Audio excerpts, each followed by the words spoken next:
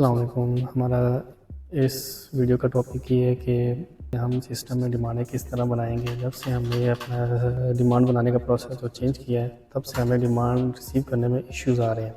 Basically मैंने कुछ point discuss करने हैं। How to create demand in S4U।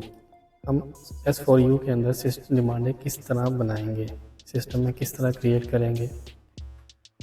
सबसे पहला पॉइंट है कि mention backup and demand on manual sheet with the packing size clearly. Cake bakery की डिमांड है। अगर मैं as a chef cake bakery की डिमांड लिख रहा हूँ तो मुझे सबसे पहले ये करना होगा कि अगर मेरे पास डेयरी मिल्क चॉकलेट जैसा कि 90 ग्राम का एक पीस है, तो मेरे पास 5 पीस पड़े हैं, तो मुझे 0.09 मल्टीप्लाई 5 करना पड़ेगा। इसका मतलब मेरे पास 450 ग्राम चॉकलेट पड़ी हुई है। हमें इस तरह बेसिकली बैकअप लिखना पड़ेगा और डिमांड भी हमें इसी तरह केजी में करनी पड़ेगी। ये मैंने केजी में लिखा है कि मेरे पास अगर 5 पड़े हैं तो ये 450 ग्राम। इसी तरह का डिमांड मैं करता हूँ कि 0.09 मुझे एक बॉक्स चाहिए। एक बॉक्स में 24 होते हैं, 24 पीस चाहिए मुझे, मल्टीप्लाई 24 करना पड़ेगा, तो ये बनते हैं एक बॉक्स, मतलब 2 किलो 160 ग्राम। इसी तरह टैबलोरन भी होगी, मतलब यही प्रोसेस है। मैं ये भी करके दिखाया तो 2-3 मिसाल एग्जाम्पल दे देता हूँ कि 0.05 मल्टीप्लाई 10 पड़ी है फॉर एग्जांपल। ये टैबलोरन 50 ग्राम की, 100 ग्राम की भी आती है, पैकिंग चेंज होती रहती है, लेकिन आपने फिजिकली जो स्टॉक आपके पास पड़ा है आपने उसको कंसीडर करना है, उसको देखना है, उस पर फोकस करना है। लाजमी नहीं कि मैंने अगर यहाँ पे 50 ग्राम की लिखी है तो आपके पास हर टाइम 50 ग्राम ही आएगी। तो ये बनती है, अगर 10 पीस पड़े तो ये आधा किलो बनती है, हाफ़ केजी। और इसी तरह ये भी एक में 20 होते हैं, तो अगर मैं कहता हूँ मुझे 20 चाहिए तो 0.05 मल्टीप्लाई 20 1 किलो बनती है ये। ड्रिंकिंग चॉकलेट भी लाइक ये भी कर लेते हैं। ये 0.05 मल्टीप्लाई 4 पड़ी है तो 2 केजी बनती है बैकअप। और इसी तरह अगर 0.1 होती है एक ट्रे में 6, 0.5 मल्टीप्लाई 6, तो ये 3 केजी की एक ट्रे बनती है। इसी तरह आपने बैकअप भी लिखना है और इसी तरह आपने केजी लीटर में डिमांड भी करनी है। और वेस्ट का कॉलम तब यूज़ करना है अगर आपकी कोई चीज़ वेस्ट होती है। ज़्यादातर ये वेजिटेबल्स में होती हैं। तो नेक्स्ट स्टेप हमारा verify demand physically. Manual sheet पर डिमांड लिखने के बाद आपने वेरीफाई लाजमी करना है कि ये डिमांड जिसने भी लिखी है उसका एक क्रॉस चेक करना होता है सिस्टम बनाने वाले ने।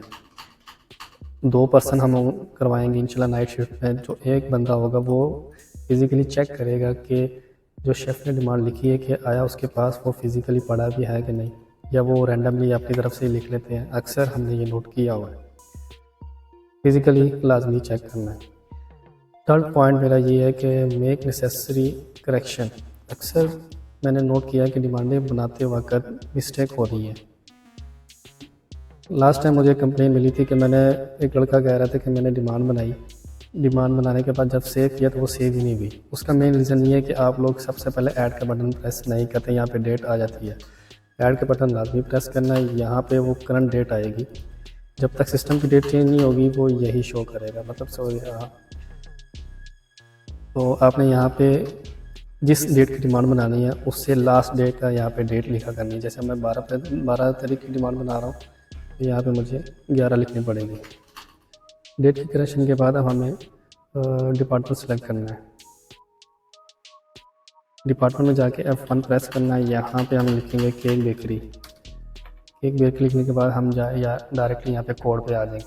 अब जैसा कि मैंने लिखा कि मेरे पास डेयरी मिल्क चॉकलेट का कोड 2103 में टाइप करूँगा। यहाँ पे केजी आ रहा है, इसका मतलब हमें केजी में शो करवाना।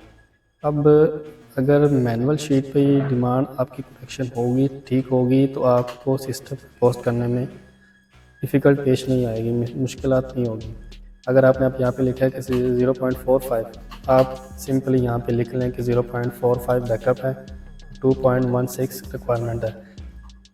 बट आपने नोट पे भी लाजमी लिखना है कि ये 2.16 कितने पीस बनते हैं। आपने यहाँ पे लिखना है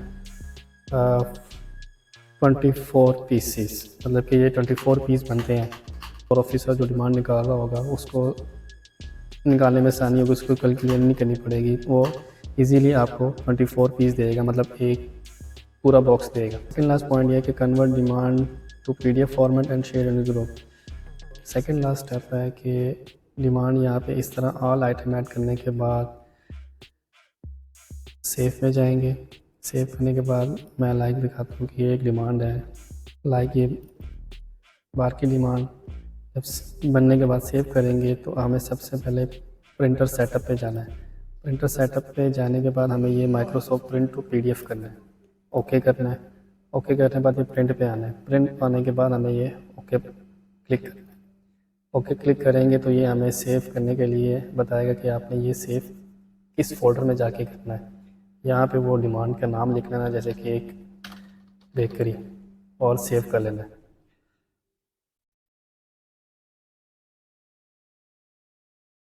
लास्ट पॉइंट है कि ऑल डिमांड में separate vegetable production item store item in manual sheet and also system.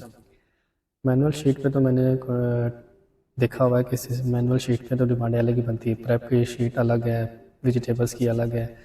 तो इसी तरह हमें सिस्टम में भी अलग करना है। बट मैंने यहाँ पे देखा है कि सिस्टम में डिमांड एक ही डॉक्यूमेंट में बन रही होती है। एक ही डॉक्यूमेंट में स्टोर की भी आइटम होती हैं, प्रेप की भी होती हैं, वेजिटेबल्स भी होती हैं। हमें नेक्स्ट टाइम से ऐसा नहीं करना।